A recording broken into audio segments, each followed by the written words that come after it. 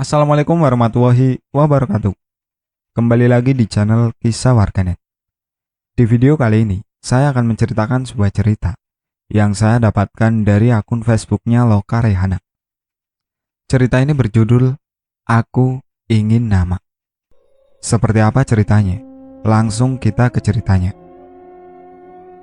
Anak adalah karunia Allah yang merupakan titipan yang harusnya kita jaga, sayang, dan berikan yang terbaik untuknya. Terkadang tanpa kita sadari, anak adalah kertas putih yang apabila digoreskan tulisan baik, kelak ia akan menjadi sebuah mahakarya yang baik dan bermanfaat. Namun bila kertas itu ditulis dengan kata-kata buruk, maka sudah pasti akan menghasilkan karya yang buruk. Begitulah kurang lebih gambaran seorang anak yang apabila dididik dengan benar, ia akan memberikan kebanggaan pada kedua orang tuanya. Sebaliknya, bila perangai orang tua mendidik anak kurang baik, anak itu akan menjadi pribadi yang kurang baik. Jangan samakan cara mendidik anak kecil dengan anak beranjak dewasa.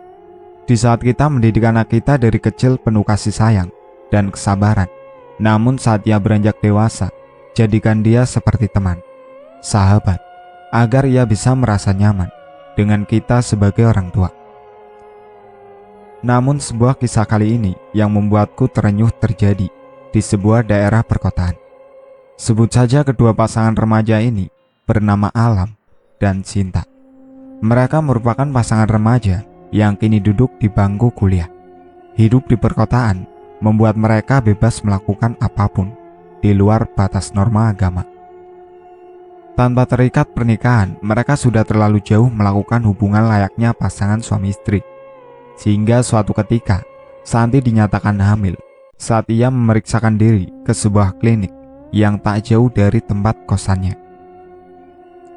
Cinta sendiri merupakan anak merantau dari daerah yang cukup jauh dan merupakan anak kesayangan kedua orang tuanya.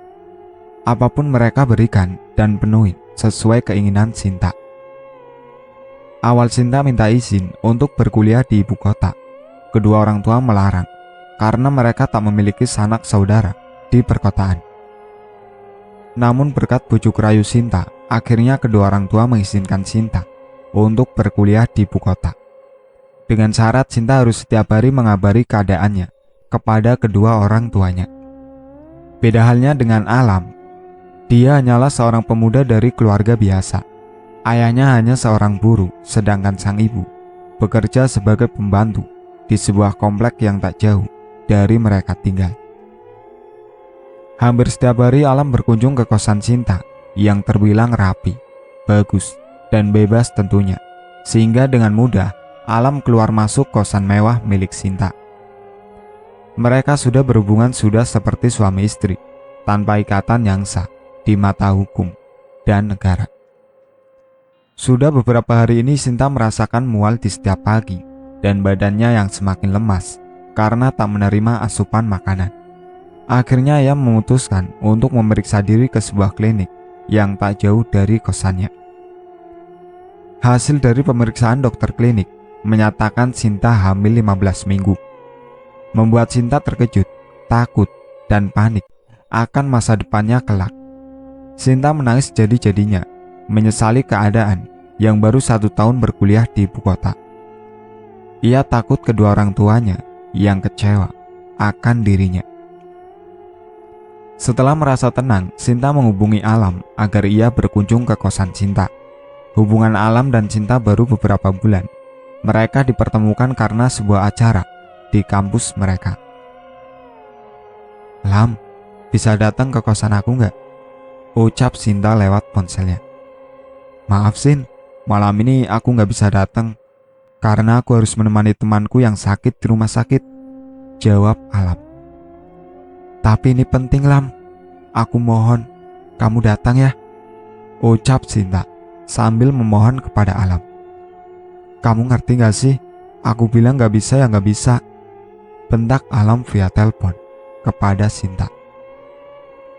Tanpa berkata apapun, Cinta mematikan sambungan telepon mereka dan kembali menangis, menyesali semua perbuatannya bersama Alam yang kini menghasilkan sebuah janin di rahim Cinta.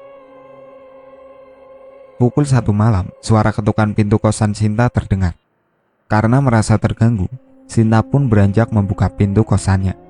Saat pintu kosan dibuka, Alam pun masuk dengan tatapan tajam ke Sinta. Lalu duduk di ranjang kosan yang hanya berdiri 2 ruangan kamar dan kamar mandi yang terdapat di bagian belakang. "Kamu kenapa sih? Datang marah-marah gitu," ucap Sinta. "Lo mikir dong, telepon gue lo tutup begitu aja, tanpa dijawab," ucap Alam marah ke Sinta. "Ya udah, aku minta maaf," jawab Sinta sambil terduduk. Melihat Sinta yang seperti ketakutan, Alam pun memeluknya, berusaha menenangkan Sinta. Akhirnya mereka pun kembali tersenyum bersama. "Ada yang aku mau bicarakan ke kamu," ucap Sinta sambil mengambil sebuah amplop hasil pemeriksaan medis di klinik tadi siang dan memberikannya kepada Alam. "Ini apa? Kamu sakit apa?" tanya Alam sambil membuka isi amplop berlogo klinik kesehatan itu. Sebuah pernyataan yang menyatakan bahwa Sinta hamil berusia 15 minggu membuat Alam terkejut bukan main. Ia kaget, bingung, dan tak tahu harus apa saat itu. "Gimana bisa hamil sih, Sin?" tanya Alam berapi-api. "Aku kan gak tahu, ini kan ulah kamu," ucap Sinta tertunduk takut melihat Alam. "Ayo kita gugurkan kandungan ini. Gue belum mau menikah, usia gue masih muda. Begitupun lo," ucap Alam menarik paksa Sinta untuk keluar dari kosannya, mencari klinik yang menjual atau bisa melakukan aborsi pada janin Sinta. Sinta yang polos hanya bisa menangis mendengar ucapan Alam. Alam menelpon salah satu teman kampus, bertanya soal tempat untuk melakukan aborsi. Awalnya sang teman Alam terkejut, namun setelah mencari alasan yang tepat, sang teman memberitahukan di mana klinik yang bisa melakukan aborsi. Mereka pun menuju ke klinik yang diberitahu sang teman Alam saat itu juga. Pukul 3 subuh, mereka sampai di sebuah klinik yang terlihat layaknya klinik bersalin. Mereka masuk ke dalam klinik tersebut, bertemu seorang suster jaga, lalu menyampaikan apa tujuan mereka. Sang perawat itu pun mengajak mereka bertemu dengan seorang dokter wanita yang berbadan tabun, memakai kacamata. "Anak muda sekarang mau berbuat gak mau bertanggung jawab," ucap sang dokter yang melihat Sinta dan Alam. "Berapa usia kandunganmu?" tanya sang dokter itu. "Sudah masuk 8 minggu, Dok," ucap Sinta sedih pilu. "Sekarang kamu berbaring di ranjang. Sebelumnya kau minum dulu ini," jelas sang dokter, memberikan segelas jamu yang merupakan jamu penggugur kandungan. Setelah meminum obat tersebut, Sinta yang kini sudah memakai kain jarik untuk menutup bagian perut hingga kakinya. Sinta mulai merasakan sakit yang luar biasa di perutnya. Keringat bercucuran membasahi wajah cantiknya. Rasa sakit kian terasa menyakitkan saat kedua tangan dokter wanita itu terus mengurut dan mendorong perut Sinta yang kini berteriak, menahan rasa sakit yang luar biasa. Cukup lama rasa sakit yang teramat sakit ia rasakan. Tak lama darah segar mengalir dari kaki Sinta yang keluar dari kemaluannya, bersama segumpal darah yang merupakan janinnya. Namun darah kian terus mengalir deras hingga menetes ke lantai ruang bersalin itu. Melihat hal itu, dokter pun menyuntikkan obat pencegah pendarahan ke tubuh Sinta yang tergolek lemah tak berdaya. Alam yang menyaksikan semua itu hanya diam tanpa bisa berbuat apa-apa. Tepat pukul 7 pagi, Sinta mulai sadar dan mereka memutuskan untuk meninggalkan klinik tersebut. Setelah mengurus biaya administrasi, sambil berjalan tertati-tati, tanpa Alam membantu, Sinta masih merasakan sakit yang luar biasa. Tak sedikit pun Alam membantunya, justru Alam seolah menghindar darinya. Bahkan biaya administrasi klinik menggunakan uang milik Sinta, sedangkan Alam hanya terdiam. Melihat sikap Alam seperti itu, membuat Sinta kecewa dan benci, serta menyesali semua perbuatan dosa, terutama membunuh janin yang tak bersalah. Mulai saat itu Sinta tak ingin lagi mengenal Alam. Ia kecewa saat Alam tak sedikit pun memperhatikannya. Ia berjanji akan mengakhiri hubungannya dengan Alam saat ini juga.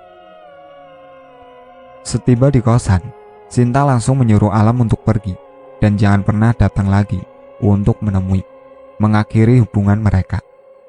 Mendengar hal itu, Alam justru senang. Ia memang mengharapkan hal itu dari Sinta.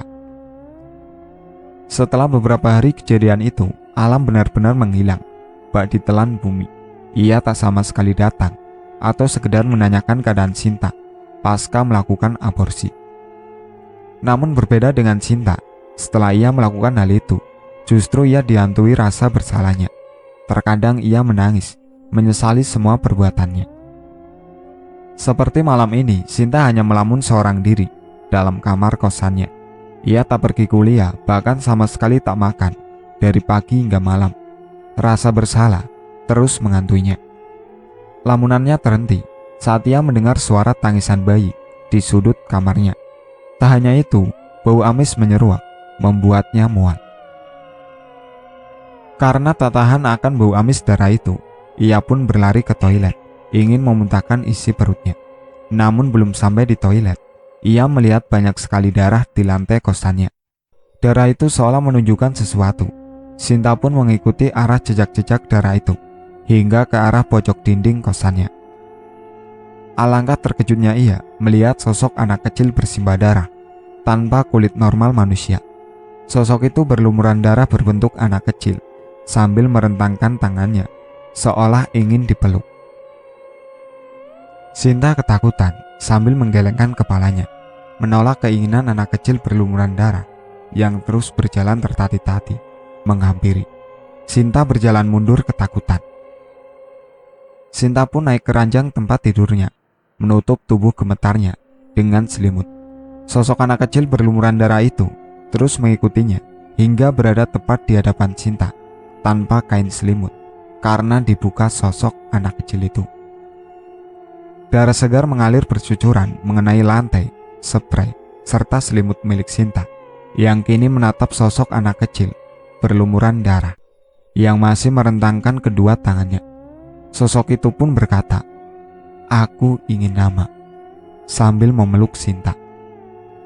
Seketika semua gelap, Sinta pun tergolek di atas tempat tidurnya, seorang diri, dengan rasa bersalah dan ketakutan terhadap sosok anak kecil berlumuran darah tanpa kulit hari itu.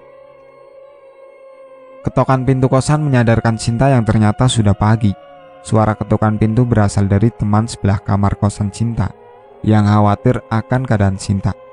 Sinta yang tak bisa bergerak hanya menatap ke arah pintu sambil terus menggerakkan dirinya yang begitu kesulitan. Sinta hanya bisa menangisi keadaan yang terbujur kaku di atas tempat tidurnya. Tak mendapatkan jawaban dari Sinta, teman Sinta pun menghubungi pemilik kosan, mengatakan bahwa Sinta sudah tidak keluar kamar selama 4 hari. Mendengar laporan dari penghuni sebelah kamar kosan Sinta, akhirnya mereka mendobrak pintu kamar kosan Sinta. Alangkah terkejutnya mereka melihat Sinta yang dengan mata terbuka dalam kondisi tergolek lemas, dengan keadaan kurus kering, tak berdaya. "Ya Allah Sinta, apa yang terjadi sama kamu?" ucap teman sebelah kamar kosan Sinta, sekaligus sahabat Sinta selama ia merantau untuk kuliah di ibu kota, bernama Rani. Tak hanya Rani, ada beberapa teman Sinta sesama satu kampus dan juga penghuni kosan lain, serta pemilik kosan Sinta. Mereka sedih melihat keadaan Sinta yang terbujur kaku, tak berdaya.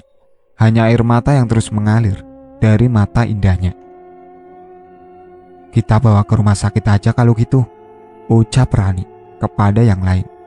Mereka pun setuju, lalu menyiapkan kendaraan untuk membawa Sinta ke rumah sakit. Sebuah keanehan terjadi saat beberapa penghuni kosan laki-laki hendak mengangkat tubuh kurus Sinta. Mereka yang berjumlah 4 orang tak kuat. Mereka saling bertatapan.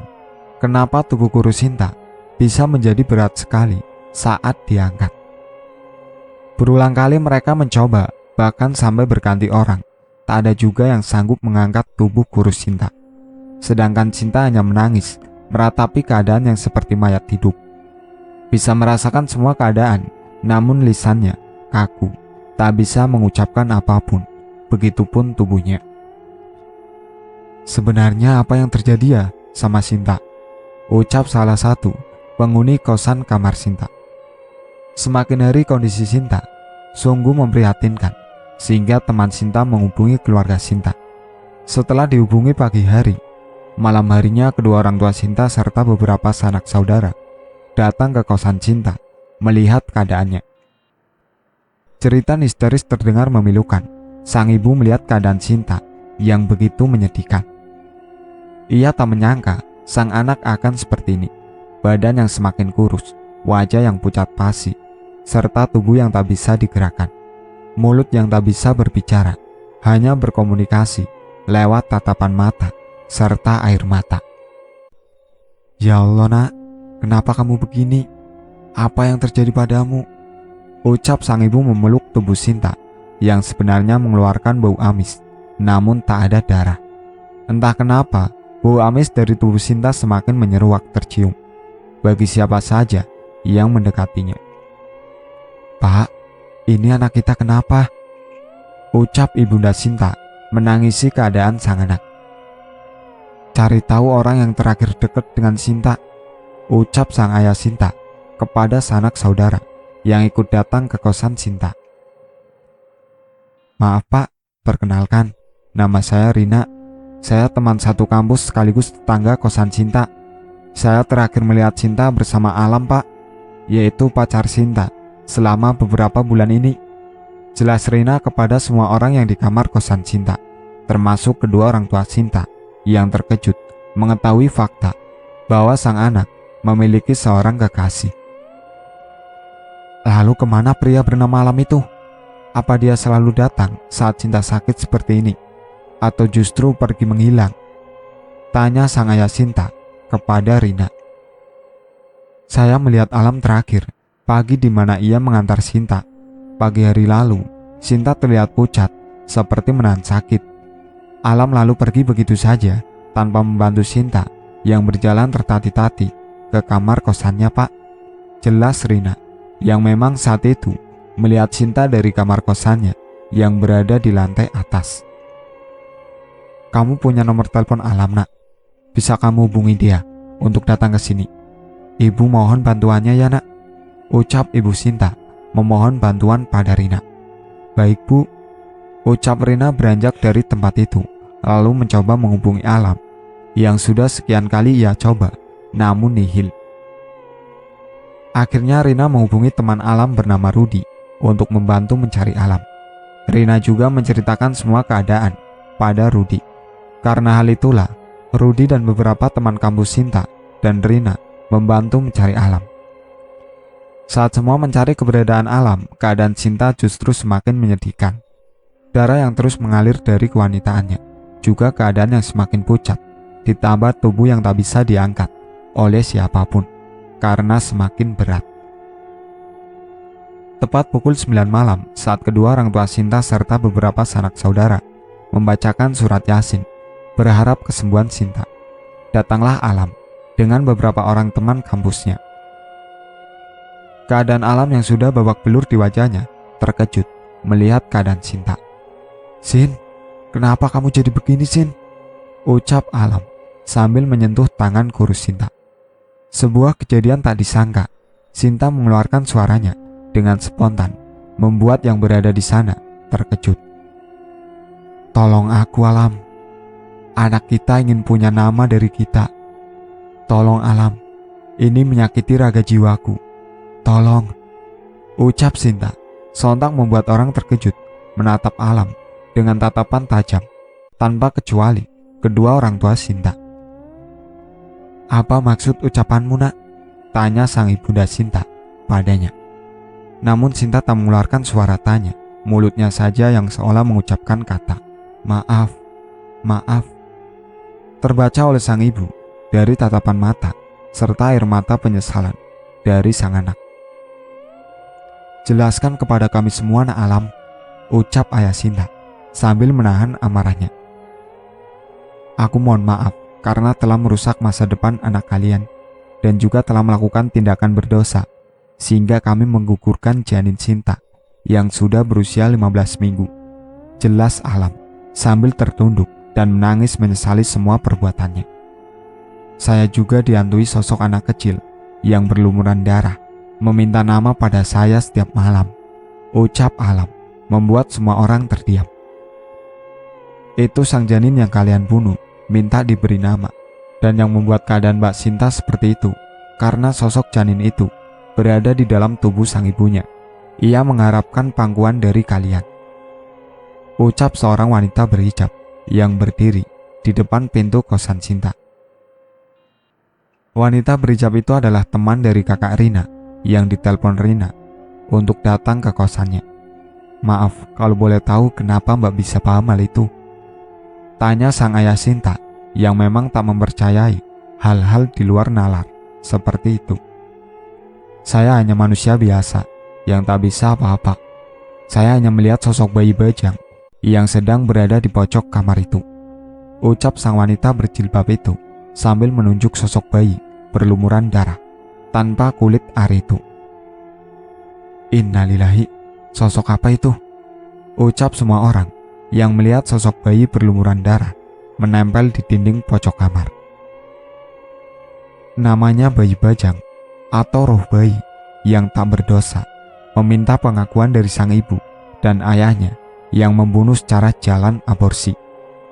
Jelas sang wanita berjilbab membuat semua orang menatapnya. Panggil saja saya Teteh, lebih manis terdengar, jangan Mbak, ucap wanita berjilbab itu, tersipu malu. Lalu kami harus melakukan apa Teh, agar bayi itu tak mengganggu Sinta dan Alam? Ucap sang ibunda Sinta. Mereka berdua harus memberikan nama untuk janin yang mereka bunuh, lalu mencari di mana mereka buang atau tempat dilakukan aborsi, mencari gumpalan darah sang janin, lalu dikuburkan secara layak dan benar. Jelas wanita berhijab itu. Mendengar hal itu Alam terkejut, ia bingung harus menjawab apa, karena ia telah melakukan sebuah tindakan di luar nalar, yaitu menyimpan gumpalan janin yang hampir berbentuk cicak di sebuah botol yang ia jadikan sebuah jimat agar ia kaya dan sukses. Namun tidak dengan sang Teteh. Ia melihat Alam justru murka. Tanpa basa-basi, wanita berjilbab itu menampar wajah Alam.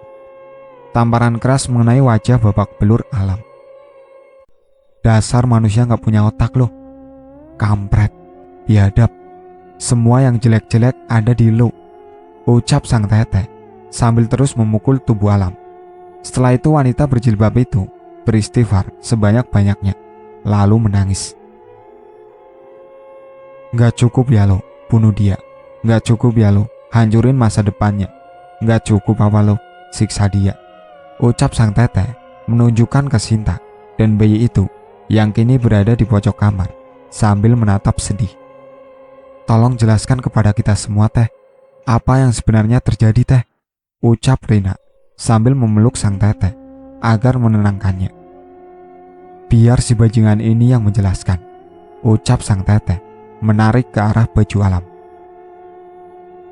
Baik Teh, saya akan menjelaskan, tapi tolong lepaskan dulu bacaan Teteh dari tubuh saya, ucap Alam yang sejak tadi menahan rasa panas di tubuhnya. Gak akan saya lepaskan, jelaskan dulu semua ke mereka, terutama orang tua Sinta. Baik, saya akan menjelaskan dari awal semua tanpa terkecuali. Saya Alam, berasal dari keluarga yang tak mampu. Saya lelah dengan keadaan keluarga saya. Saya bisa kuliah berkat bantuan majikan ibu. Lalu karena saya merasa iri dengan keadaan teman-teman saya serba berkecukupan, saya mendatangi seorang dukun di daerah yang cukup terkenal. Saya berharap bisa kaya seperti teman-teman lain, dan tak dihina terus-menerus.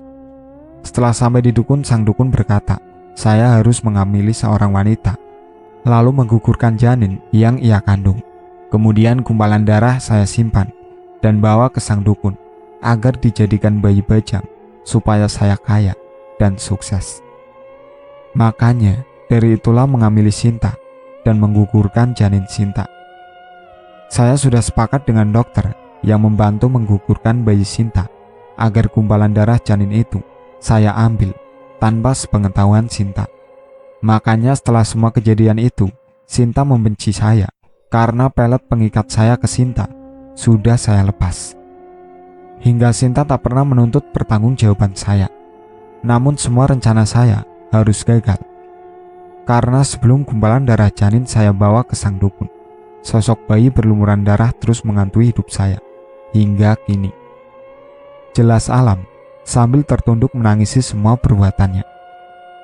Sebuah pukulan keras menghantam wajah Alam hingga mulut Alam mengeluarkan darah segar.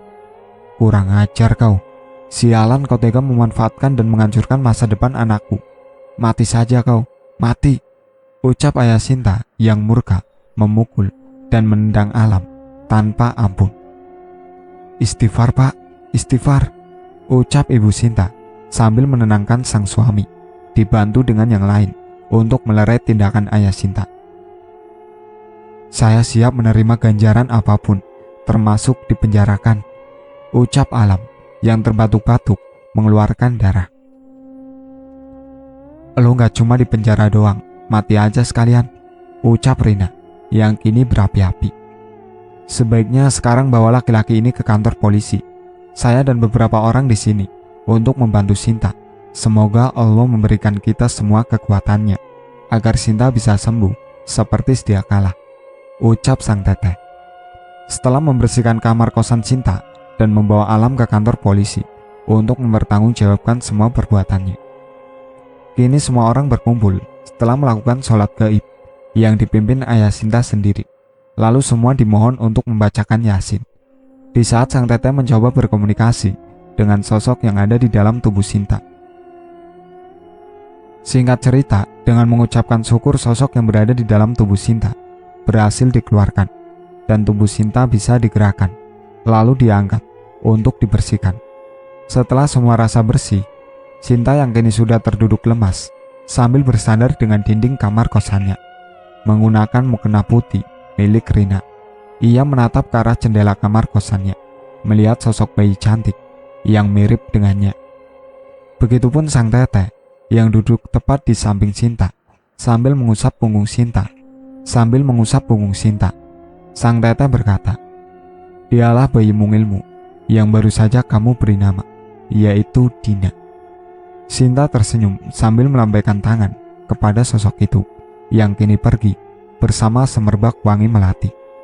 Keesokan hari Sinta bersama keluarga dan sang teteh menguburkan segumpal janin yang Alam berikan sebelum ia dibawa ke kantor polisi.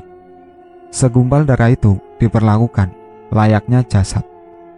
Dipakaikan kain putih lalu dikubur serta ditaburkan bunga sesuai keinginan sang janin saat berkomunikasi dengan sang teteh.